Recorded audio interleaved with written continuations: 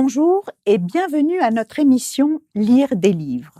Aujourd'hui, nous avons le plaisir d'accueillir Carl Johnson pour le livre qu'il a écrit il y a quelques mois, 5 religions, un seul Dieu. Bonjour Carl. Bonjour. Comment vas-tu ? Ça va très bien.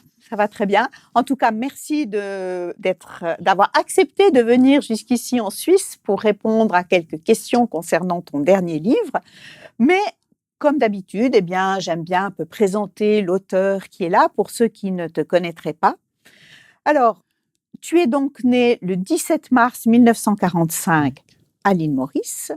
Tu es marié à Ariane et ensemble, vous avez eu 2 enfants, Stéphane et Shirley, et vous avez la chance d'avoir 4 petits-enfants et j'espère que vous avez l'occasion de vous en occuper un petit peu. Tu as été pasteur, enseignant, chroniqueur d'émissions religieuses, conférencier et depuis quelque temps, écrivain. Les lieux de travail ont aussi été très divers puisque tu as travaillé dans les îles de l'océan Indien, au Cameroun, en Polynésie française, au Québec et en France. Aujourd'hui, tu es à la retraite, mais non en retrait comme tu me l'as dit, et tes différentes passions sont le foot, la lecture et les contacts humains. Alors, face à une vie si active, que rêves-tu de vivre encore ? Pas facile à dire, mais ce que je souhaiterais, c'est de rester actif comme je le suis actuellement, le plus longtemps possible.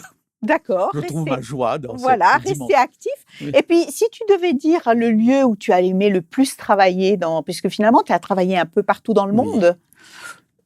J'aurais tendance à penser à la Polynésie française où la convivialité, la fraternité, l'échange, le partage, c'est presque naturel, voyez-vous. J'abonde dans ton sens. J'ai eu la chance d'y aller et c'est vrai qu'il y a quelque chose d'extraordinaire. Extraordinaire. Le samedi soir, un coup de téléphone, que fais-tu ? Est-ce qu'on vient chez toi ? Et là, tout un groupe arrive, on mange, on joue au ukulélé, et tout un chacun ensuite fait le nettoyage, ce qui fait que c'est jamais un fardeau que de recevoir. Non, et puis tu confirmes donc que tu aimes bien les relations humaines. Quand je vois ce que tu cites qui te touche dans ce que tu as vécu en Polynésie. Mais d'une manière générale, je garde un bon souvenir de tous ces endroits, mais la Polynésie avait une petite teinte spéciale. D'accord. Alors, un salut spécial à tous nos amis polynésiens, parce que je sais qu'il y en a quelques-uns qui nous suivent sur Espoir Média. Mais maintenant, venons-en à ce livre que tu as donc écrit il y a quelques mois, 5 religions, un seul Dieu. Pourquoi avoir écrit un livre sur le thème des religions et de leurs dieux ? Donc, je ne dirais pas forcément que c'est sur leur Dieu dans un premier temps, bien que je parle dans la mesure du possible, c'est une introduction de ces dieux. Il faut bien avouer que dans le monde du fait religieux, on parle toujours des 3 monothéismes, l'islam, le judaïsme et le christianisme, qui prônent l'existence d'un seul Dieu, Allah, Yahvé et Dieu dans le christianisme. Et même dans l'hindouisme, où on a des milliers de dieux, mais dans le fond, chaque hindou pratiquant se choisit un seul Dieu, ce qu'on ignore très très souvent. On se laisse un petit peu impressionner par la masse des dieux, mais dans le fond, il y a la recherche d'un seul Dieu. Alors, automatiquement, pour celui qui s'intéresse aux faits religieux, la question se pose, mais comment expliquer qu'il y ait un Dieu et en même temps autant de voies, autant d'approches, autant de chemins ? Est-ce que c'est le même ? Ou est-ce qu'il y a des ressemblances et des divergences ? Donc, je crois que pour tous ceux qui sont en recherche dans ce domaine particulier de la foi, eh bien, la question est là. Moi, personnellement, il m'est arrivé de me dire, mais Dieu aime la variété, sa création est variée. Est-ce que les approches de sa personne est aussi variée, ou est-ce que ça forme partie de son plan d'avoir plusieurs chemins pour arriver jusqu'à lui. Donc, automatiquement, voilà un petit peu ce qui m'a stimulé. Et je viens d'un pays, justement, où toutes ces religions, dans un mouchoir de poche, coexistent. Je grandis avec des petits musulmans, des hindous, des chinois, on joue ensemble. et je me rends compte que dans mon église, il y a une sorte de distance.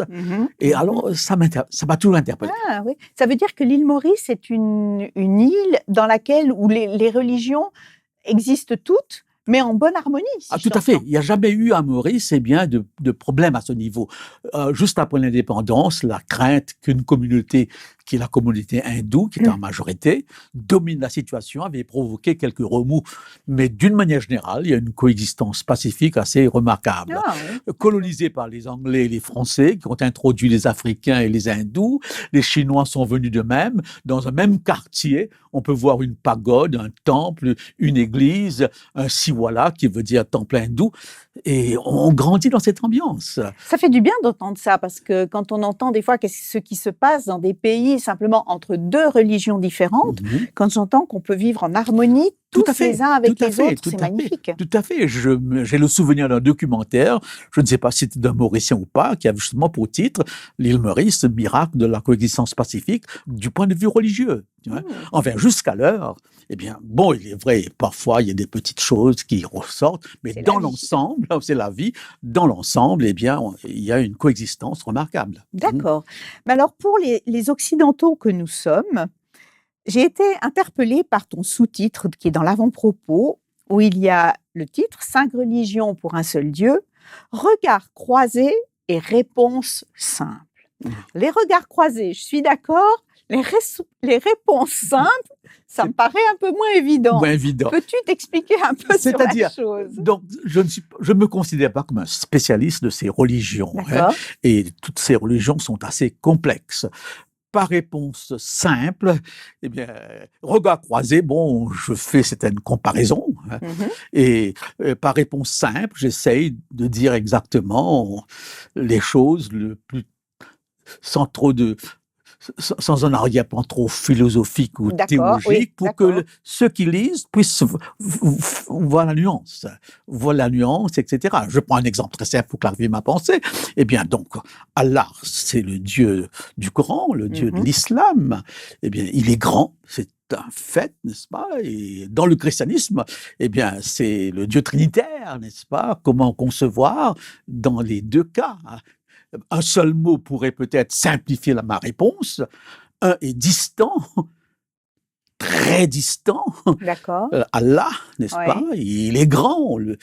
L'autre, le Dieu chrétien, est très proche au point d'habiter, de s'incarner, etc. Voilà ce que je veux dire par une réponse très simple, n'est-ce pas? Une réponse très simple à la nuance entre les deux religions ici. D'accord. Mais justement, dans les climats un petit peu tendus qu'il y a par ici, est-ce que c'est pas un peu dangereux de parler d'interreligieux, de parler d'harmonie religieuse? Alors, d'un côté, j'ai envie de dire oui, il faut en parler plus que jamais, mais d'un autre côté, c'est un sujet délicat. C'est très délicat parce qu'on risque d'être mal compris, on risque aussi de mal articuler les choses, etc. Mais en même temps, dans une société qui se veut pluraliste, et la société européenne est de plus en plus pluraliste, n'est-ce pas?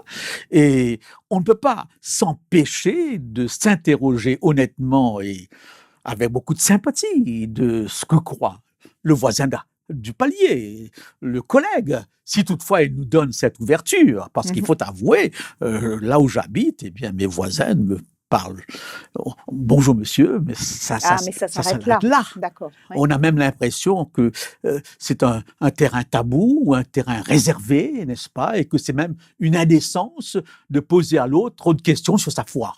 Oui, c'est vrai que c'est un sujet qu'on n'ose pas trop aborder. Comment se fait-il qu'en Europe particulièrement, et surtout dans certaines parties de l'Europe, eh bien, ce sujet est si difficile à aborder alors qu'on parle de politique, de sport et de tout. Et le fait religieux forme partie de la vie, n'est-ce pas? Mais est-ce qu'il y a un arrière-plan culturel qui fait que moi, il m'est arrivé de rencontrer des gens, eh bien, par exemple, un samedi matin, alors que j'allais au culte, habillé pour le culte où quelqu'un me dit, où allez-vous? Est-ce que vous êtes prof d'université? Là, je dis non, je vais à mon église. Ah, excusez-moi, j'aurais pas dû vous poser cette question. On dirait qu'il a... Alors là, il y a une réserve qui empêche qu'on dialogue, alors que le fait religieux est au cœur de l'actualité. Ah ouais. Mais c'est vrai, je vois bien, on dit que avec la famille, il ne faut jamais parler ni de politique ni de religion si on veut rester en bon terme. On rajoute le Covid en ce moment, mais je veux dire, voilà, c'est vrai qu'on a l'habitude de dire qu'il ne faut pas parler religion. Exactement. Donc, alors que dans d'autres pays, comme le mien, je prends un taxi à l'île Maurice, la première question qu'on me posera, d'où venez-vous, où allez-vous, que faites-vous?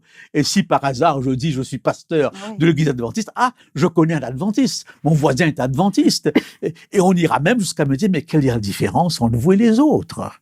Et ça avec une facilité. Donc, avec un naturel. Oui, parce que la religion forme partie de la vie, n'est-ce pas? Et si on peut parler de nourriture différente, on peut parler aussi de croyances différentes. C'est ça. D'accord. Mais alors, quand tu écris ton livre « 5 religions, un seul Dieu », est-ce que tu vas dire que toutes les religions se valent ou bien est-ce qu'il y en a une meilleure que l'autre? Mais ça m'étonnerait. Oui. Voilà, comment je n'emploierai pas l'expression meilleure parce que là, ça fait tout de suite une distinction, etc. Mais je ne serai pas de ceux qui mettent tout dans un même sac comme si tous les chemins emmène au même point. Non. Et je crois que dans un dialogue honnête et sincère, on doit pouvoir bien faire ressortir ce qui nous différencie. Si je ne te fais pas comprendre ma position clairement, tu risques de te tromper sur qui je suis. Et la relation, tôt ou tard, sera affectée. Soit tu diras, mais il a été hypocrite, il n'a pas voulu dire franchement les choses, parce qu'il y a des différences. Oui, je crois que ça, c'est une très bonne honnêteté, parce que exactement. On est des fois, en ce moment en tout cas, avec tous ceux qui vivent du dialogue interreligieux, on vit plutôt de s'arrêter sur ce qui nous rassemble. Alors, en tout cas, dans les religions chrétiennes. Après, quand on passe dans les 5 autres religions, enfin les 4 autres religions, c'est un peu plus difficile. Mais c'est intéressant aussi de se dire, oui, il y a des différences, mais comment est-ce que je vais vivre, en fait, avec ces différences?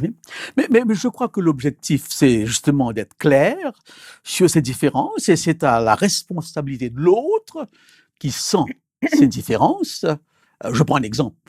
Si je discute avec un chrétien qui n'est pas du même bord que le mien, je sais une chose, c'est que moi, comme lui, nous partons d'un texte, la Bible. Donc, on peut maintenant voir si à partir de ce texte, nous sommes sur la même base, nous arrivons aux mêmes conclusions. Et lorsque je lui ai fait comprendre, par exemple, que sur la mort ou sur un sujet particulier, eh bien, nous ne sommes pas dans la même lignée, et avec un texte qui semble aller dans ce sens-là, c'est à lui ou à moi de faire le point et de prendre ma responsabilité. Si j'ai pu apporter une ouverture, une clarification, mais c'est pas à moi de le forcer dans cette ouverture. C'est à lui, et c'est là pour moi l'enrichissement du dialogue. Et là, comme tu le dis, le dialogue interreligieux peut être dangereux, dans la mesure où j'ai en face de moi quelqu'un qui, dans son domaine, est beaucoup plus expert que moi. Et là, son influence ou son impact sur moi peut être plus fort et même dangereux. Et c'est pour cette raison qu'il y a toujours dans le dialogue interreligieux, eh bien, la menace du syncrétisme, la menace du relativisme, et la menace même de perdre sa foi. Il y a une époque, ce n'est plus le cas aujourd'hui, parce qu'on est très tolérant aujourd'hui, très ouvert, et je trouve ça extraordinaire, mais il y a une époque où les églises se méfiaient les uns les autres. Il m'est arrivé de faire des conférences publiques et de lire sur le journal du quartier, méfiez-vous de M. Johnson, il n'est pas des nôtres. Voyez-vous. Aujourd'hui, on n'a pas on n'a plus cette approche, et on fait confiance quand même aux individus qui sont assez matures pour savoir s'ils doivent aller écouter quelqu'un qui n'est pas du même bord ou pas. Mais cet aspect est là. Et l'aspect le plus dangereux, c'est justement croire que toutes les religions, c'est une sorte de Macédoine, alors qu'il y a bien des nuances. Oui, c'est ça. Puis j'ai trouvé très intéressant ce que tu viens de dire, c'est sur le côté un peu où nous, on peut apporter qui l'on est, ou bien ce en quoi l'on croit, mais que c'est pas à nous à imposer. Finalement, c'est à l'autre de faire aussi un chemin, ou à nous de faire aussi un chemin, mais en tout cas pas d'imposer. Parce que dans l'imposition, on fait rien. Et je veux dire, ça s'est vécu dans les temps passés avec les croisades et avec tout ça. Et je crois que là, on en est bien revenu. Tout à fait. Et je crois que peut-être la peur du dialogue, c'est la peur de se laisser convaincre, persuader. Et c'est tout ce qu'on attribue aux sectes, par exemple, qui serait, dont l'objectif est de s'imposer. Et je crois que là, il faut être assez honnête. Et on peut, comme diraient les Anglais, j'aime bien cette expression anglaise, être en désaccord sans être désagréable. Voyez-vous, c'est ça. On peut être en désaccord et il n'y a aucun problème ici. Et je vois que dans toutes les disciplines, regardez avec le vaccin, tous les désaccords qui existent. Tous les désaccords qui existent. Et il n'y a aucune discipline humaine où tout le monde croit de la même façon. Non. Exactement. Il n'y en a aucune, tu vois. Et scientifiquement, même si on parle de la science comme étant une discipline objective, on s'est rendu compte avec les vaccins, les plus grands scientifiques s'opposent. Vous voyez ? Exactement. Exactement. Donc, voilà. Mais justement, dans ton livre, tu nous présentes de manière un petit peu détaillée les 5 grandes religions que sont le christianisme, l'islam, le judaïsme, le bouddhisme et l'hindouisme. Quand tu nous les présentes, tu les présentes de manière très objective, tu les présentes par rapport à leur Dieu, par rapport à leur croyance. Est-ce que tu peux nous en dire un peu plus sur ta manière que tu as eue d'aborder en fait la présentation de ces différentes religions ? Bon, donc automatiquement, le sujet des religions comparées forme partie de tout cursus théologique. Dans tous les séminaires, ce sujet est là. Tu vois. Et deuxièmement, on peut l'aborder sur un plan purement philosophique, où on cherche dans les ouvrages qui traitent de la question, etc. Comme on peut avoir aussi une approche existentielle, qui consisterait à vivre avec. Bon, je grandis dans un climat où je vis avec. Et j'ai été très interpellé par certaines choses. Je peux raconter mon expérience avec Ramesh, qui était un petit copain de classe, n'est-ce pas ? On allait à l'école ensemble et tout à coup, Ramesh est devant son temple, il s'arrête et il prie. Et je suis un peu étonné de voir son courage en public de le faire. Courage qu'à cette époque, je n'avais pas et que je n'ai pas toujours, n'est-ce pas, dans le contexte où la religion est une affaire discrète, etc. On ne se lève pas d'un restaurant pour chanter un cantique de remerciement. Mais Ramesh m'interpelle. Et lorsqu'il vient un jour pour la première fois assister à une conférence de mon père et qu'il entre et tous les gens le regardent avec étonnement, il se joint les mains et à la sortie de la conférence, je dis Ramesh, mon père n'est pas un dieu. Il me dit non, je l'ai pas adoré, mais là où on parle, là où on adore Dieu, même si je ne connais pas ce Dieu, je le respecte. Et là, ça m'interpelle existentiellement, et j'ai envie de savoir un peu plus. Et ensuite, dans mes réflexions, il m'est revenu souvent cette réflexion du Christ. Je n'ai jamais vu une aussi grande foi en Israël. Donc ce monde non chrétien a quelque chose à m'apporter, a quelque chose à m'apprendre. Et parce que si même le Christ l'a reconnu, ils ont quelque chose, n'est-ce pas ? Et quand Paul dira, quand les païens qui n'ont pas la loi font naturellement ce que prescrit la loi, n'est-ce pas ? Ils vivent les 10 commandements, de la dimension éthique, tout naturellement, c'est interpellant. Ah oui, ça nous éviterait bien des fois où nous sommes jugeants et exactement, nous sommes à nous dire que on est les meilleurs. Exactement. Et c'est là où j'ai l'impression d'avoir un Dieu en qui je crois, qui est très sensible à la variété de l'expression et qui portera son jugement à partir de différents critères qui ne sont pas forcément les critères que nous avons, au nom d'une vérité absolue.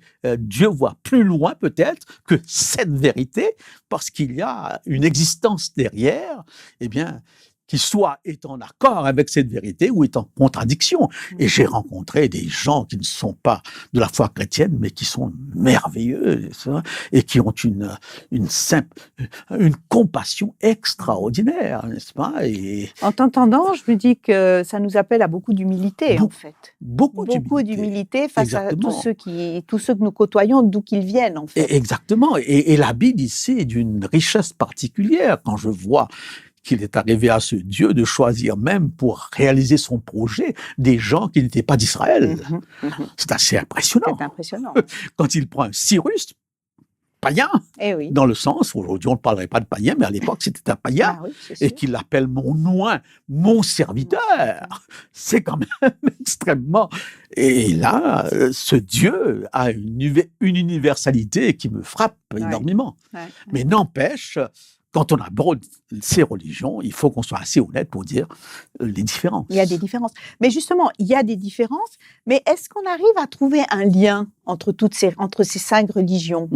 Est-ce qu'il y a un lien qui est palpable, C'est un petit peu mon objectif. Chercher des passerelles. Oui, c'est ça. Chercher des passerelles, essayer au travers de ces passerelles, parce que d'une manière générale, pendant très longtemps, face aux religions non chrétiennes, ça a été soit la diabolisation, ou le rejet systématique, voyez-vous. Mais aujourd'hui, eh bien, on part du principe, si Dieu est le Dieu de l'humanité, il n'a pas pu laisser toute une partie de l'humanité dans l'ignorance de ce qu'il est. De par le fait qu'on a été créé à la ressemblance de Dieu, nous avons une capacité d'approche de ce Dieu, tout naturellement, de par notre création. Maintenant, toutes ces religions partent d'un livre, le Coran, les Védas, n'est-ce pas, l'Ancien Testament, et j'aurais même tendance à croire qu'au travers de ces livres, il y a quand même des étincelles. Des étincelles de vérité. J'approfondis le mieux possible l'hindouisme, et je trouve dans l'hindouisme cette notion de Trinité, Brahman, Vishnu et Shiva, n'est-ce pas? Est-ce que c'est la même chose que le Père, le Fils et le Saint-Esprit? Mais il y a un concept de 3 dans l'hindouisme, n'est-ce pas? Est-ce que je peux trouver un parallélisme, etc. Mais ça, c'est le travail à faire pour essayer d'atteindre l'autre dans ce qu'il est et d'apporter un petit peu de ce que je suis dans sa vision à lui. Je découvre dans l'hindouisme, dans certains textes des Védas, eh bien, le concept d'un Dieu qui se sacrifie. Et même une notion de grâce extrêmement profonde dans l'hindouisme, bien sûr. Et je me dis que même à Pâques, comme dans le Coran, vous avez une 50aine de versets sur le Christ dans le Coran, et je m'étonne parfois qu'on n'en parle pas davantage. Il y a davantage de versets sur Jésus dans le Coran que sur Mahomet, n'est-ce pas? Et il y a un seul élément qui fait défaut, c'est qu'il n'accepte pas que le Christ soit mort sur une croix. Mais que le Christ soit né sans péché, qu'il soit né d'une vierge, qu'il revienne bientôt, que ce sera lui le juge, mais tous ces éléments sont là dans le Coran. Donc il y a des passerelles. Je ne pourrais pas en dire autant pour le bouddhisme, parce que les textes ne sont pas assez à la portée, ne sont pas assez à la portée, mais il y a toujours des passerelles. Et je parle du principe de découvrir ces passerelles sans porter un jugement, n'est-ce pas, je suis chrétien, et je crois que le Christ, eh bien, c'est l'intermédiaire, c'est entre Dieu et l'homme, c'est le chemin, mais comment faire comprendre ce chemin et à partir de ce que l'autre croit. Oui, c'est ça. Et c'est ça qui est intéressant, c'est de partir de là où l'autre en est. Exactement. Quand je lis la Bhagavad Gita, où Krishna est le personnage principal, parfois les textes sont tellement ressemblants que je me dis, mais qui a copié sur là? C'est intéressant, ça. C'est frappant. C'est frappant parce que le problème avec l'hindouisme, c'est que la chronologie n'est pas toujours accessible. C'est pas une culture d'archives non. Et alors, certains pensent même que cette Bhagavad Gita a été influencée par les chrétiens, parce qu'il ne faut pas oublier, Thomas arrive en Inde en 52 avant que Paul arrive en Europe. On n'en parle pas souvent, mais l'apôtre Thomas, celui qui avait dit « si je ne touche pas, je ne croirai pas », et le premier arrive en Inde en 52. Il a eu un impact terrible sur les brahmanes. D'ailleurs, il a été ensuite tué. Parce que donc l'évangile est entré en Inde très tôt. Et maintenant, quel a été comment est-ce que les choses se sont mélangées? Parce que le problème avec les livres, on part toujours du principe que c'est la première religion au monde, l'hindouisme, je n'ai pas de problème avec, mais on n'a pas de chronologie. Pour le christianisme, on peut dater les évangiles, mais on n'arrive pas à dater systématiquement les ouvrages, les écrits.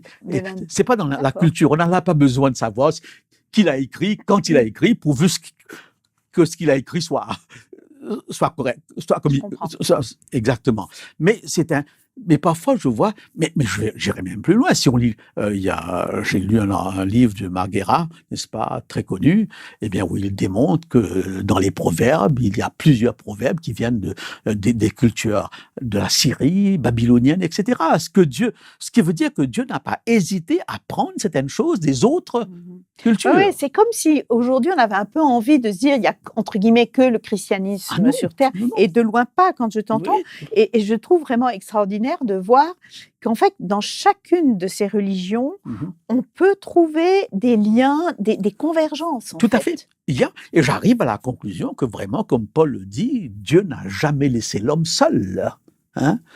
Que l'Esprit de Dieu a toujours travaillé, et même au travers de ces révélations qu'on pourrait appeler secondaires, périphériques, peu importe, n'est-ce pas? Eh bien, il y a des traces.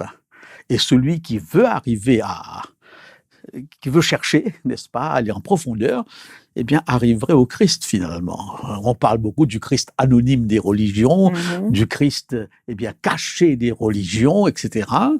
Ça peut être offensant pour certains, mais il y a moyen de se parler, de se dialoguer. D'accord. Et puis justement, dans le titre de ton livre, c'est en fait une question, 5 religions, un seul Dieu, point d'interrogation. Mais est-ce que quand on arrive à la fin de ton livre, on peut donner une réponse? Ou bien c'est chacun qui doit... Écoute, dans mon dernier, je vois parmi les livres, un livre de Shafik Karidji, enfin je prononce toujours mal. Shafik Keshavji. Je l'ai rencontré quand j'étais professeur à Collonges, et je trouve qu'il a un magnifique poème sur Dieu. Oui, je l'ai vu à la fin. Et ce poème exprime très bien les nuances entre les différentes religions sur Dieu, et comment ces nuances trouvent dans la personne de Dieu en Jésus-Christ presque une symphonie. Et je trouve que ce poème conclut la chose très très bien, n'est-ce pas? Au Dieu impersonnel de l'islam, de l'hindouisme, la Bible apporte une notion de Dieu personnel. Au Dieu grand de l'islam, la Bible apporte une notion de proximité. Finalement, ça conclut la chose, ça mène une conclusion au livre. Oui, et puis c'est ce que, en tout cas, moi j'ai ressenti en lisant la conclusion, c'est que après avoir lu tout ce que tu présentes, eh bien, il y a des points de convergence, il y a des choses qui nous permettent d'aller de l'avant dans le dialogue et tout, mais c'est un petit peu à chacun aussi de répondre à cette question. Tout à fait. Je ne crois pas qu'on peut dire oui ou non. Ou non. C'est dans la nuance en fait. Exactement. C'est dans la nuance qu'on va trouver la réponse. Oui, il y a chacun, suivant la lumière qui jaillit sur sa route, eh bien de prendre ses responsabilités. Tout à fait. Et puis peut-être une dernière question parce que voilà, le temps passe. Oui, la dernière question que j'aimerais te poser, c'est pourquoi est-ce que c'est bien de lire ton livre? Écoutez, donc ce livre s'adresse, comme je le dis, de tout temps on a cru en Dieu, même si on prétend qu'il a disparu. Mais comme Auden Vallée le dit dans un de ses ouvrages, il n'a pas disparu, il a changé d'adresse. En Europe actuellement, on n'en parle pas, mais on se rend compte que le fait religieux est là. On parle même d'un retour de Dieu, un retour de Dieu. Donc on ne peut pas évacuer comme ça la dimension religieuse. Même en France, qui prétend être un des pays les plus sécularisés, mais il y a constamment allusion à la transcendance, au besoin du sacré, etc. Donc, si le fait religieux est un fait humain, donc c'est tout à fait normal que je m'interroge sur ce fait religieux. Comment se fait-il qu'avec toutes les lumières, il est toujours là. On veut bien s'en débarrasser, n'est-ce pas? Comme disait Dormesson, que j'aime beaucoup, on le met à la porte et il repasse par la fenêtre. Voyez-vous? En d'autres mots, le concept de Dieu est toujours là. Et maintenant, les religions sont là pour apporter une réponse à ce concept, tu vois, et de répondre à des questions existentielles que la science ne répond pas, la mort, le sens de la vie, etc. Absolument. Et là, c'est que les religions qui apportent des réponses. Ouais, et là, puisqu'il y a plusieurs réponses, eh bien, quelle est celle qui semblent correspondre davantage. Et c'est là, j'ai un chapitre sur la notion de vérité et comment juger une vérité. Bien sûr, c'est ouvert.